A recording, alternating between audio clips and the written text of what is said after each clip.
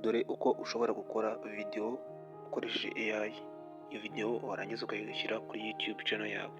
Niba uri umutangizi uri mushya ushobora gukora video ukoresheje AI byakunda. Okay, waba wifuza gutangira YouTube ariko nta kamera, nta microphone ndetse naho gufatira video ufite. Reka nkwereke uko ushobora gukora video ya YouTube y'umwuga ukoresheje gusa AI utiriwe ugaragara kuri kamera. Ikintu cya mbere, andika ibyo ushaka kuvugaho ukoresheje ChatGPT. Niba ari ubwa mbere urajya muri Play Store udownloadinge ChatGPT, urashyiramo email yawe. Ukimara gushyiramo email yawe uraba wamaze gukoramo account.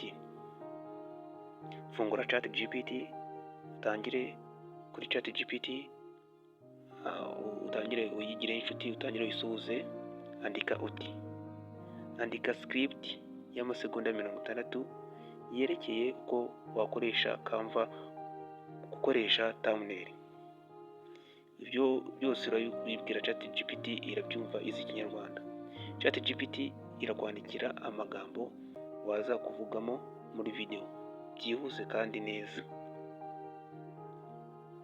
Irahita ibikwandikira neza bityo ngira ngo murimo murabibona.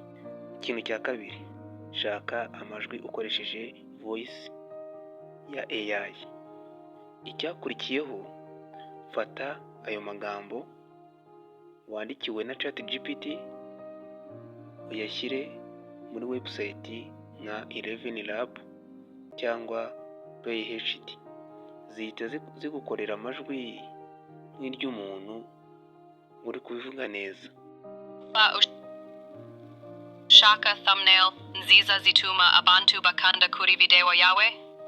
Ayo magambo niyo testingamo, urayakopia muri ChatGPT warangiza ukahita uyajyana muri 11lab igahita igukorera voice. Ikintu cya gatatu, kora amashusho ukoresheje Canva na Pictory.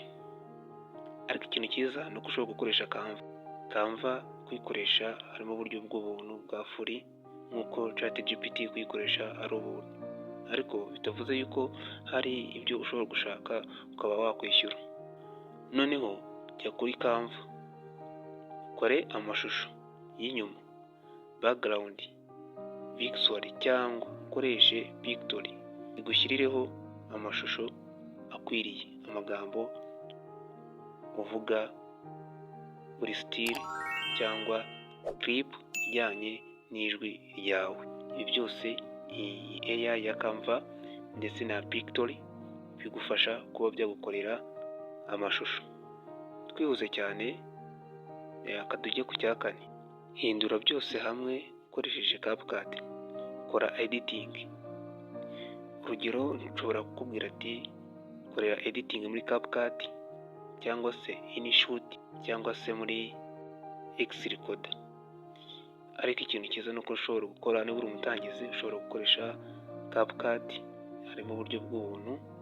Ushobora no gukoresha InShot, ariko reka dukoreshe InShot ko ariyo iri hano hafi.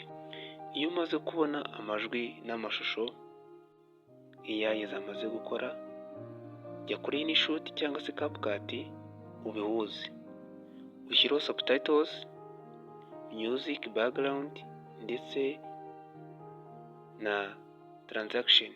Noneho video yawe iruzuye. Iyo imaze kuzura nta kindi kintu ukora, urayidownloadinga ukayikora muri application. Nguko uko wakora video ya YouTube utiriwe ugaragara. Niba byagufashije, subscribe ni ingenzi kuri MTech TV Show, kandi ukomeze ushyire igitekerezo cyawe muri comment. Ubutaha tuzagukoreraho video.